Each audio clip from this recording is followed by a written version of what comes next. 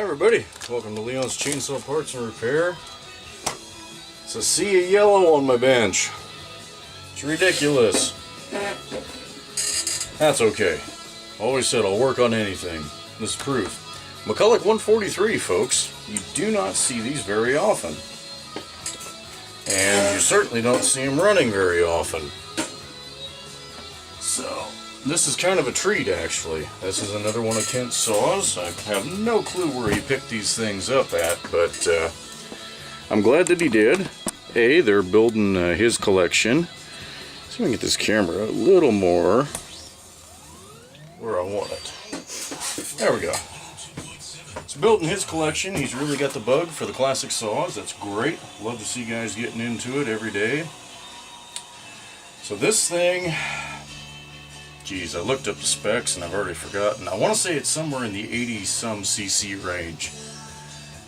Late 50s, so again, big, heavy. You know, I would guess somewhere around 25 pounds with this little bar and chain on it.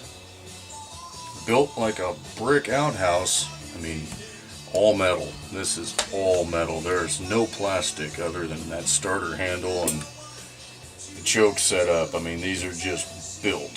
So that's kind of cool. No gas tank leak. I was shocked by that. Kent had already cleaned out the tank and done some other cleanup work on it, so this was pretty easy for me. Excuse me, he'd even gone out to the web and picked up an extra carburetor, which turned out to be a great idea.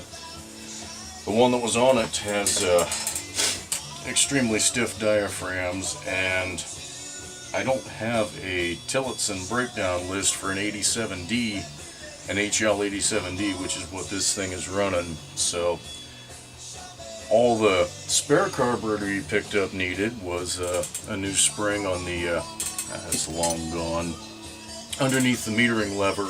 That spring was all stretched and torn up. Somebody had mishandled it pretty badly, so no big surprise that a Homelite branded spring, it's the same damn thing. So got that in there, and you can hear she's running.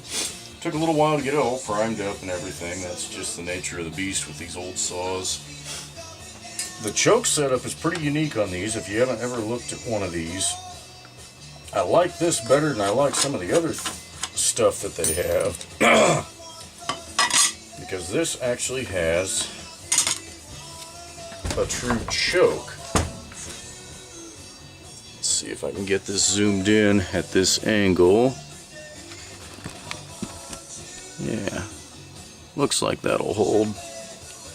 So what we've got is this piece right here, and to choke you just twist and then it locks into place and you can seal it.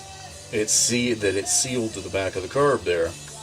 Choke comes off and away she goes. So pretty straightforward. A lot of these other McCullochs in this era have another push button here, and you've got to hold that button in while you're cranking, so it makes it just a little awkward. This is much nicer, so I will take that any day of the week. The manual oiler is working, judging by the puddle under my bench. I should have run it a little bit more and dispersed it around the chain, but the chain's getting good and wet. Replaced the fuel hose. I think you can see in there a little bit of green down on the side. This had a bigger automotive style fuel hose, but a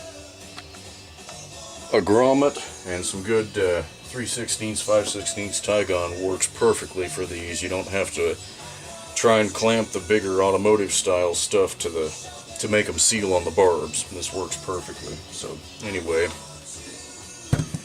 pretty clean. Again, Kent had done some work. The muffler screws were missing, and I don't think it even had a muffler on it, so he got that little stack put on there. And bucking spike. Again, this chain, I haven't measured the pitch on it. That is Windsor 58. I'm curious now. I don't know if I can do my decimals in my head, but in theory, if we put a gauge on these rivets, center to center, would help if I wasn't in millimeters too.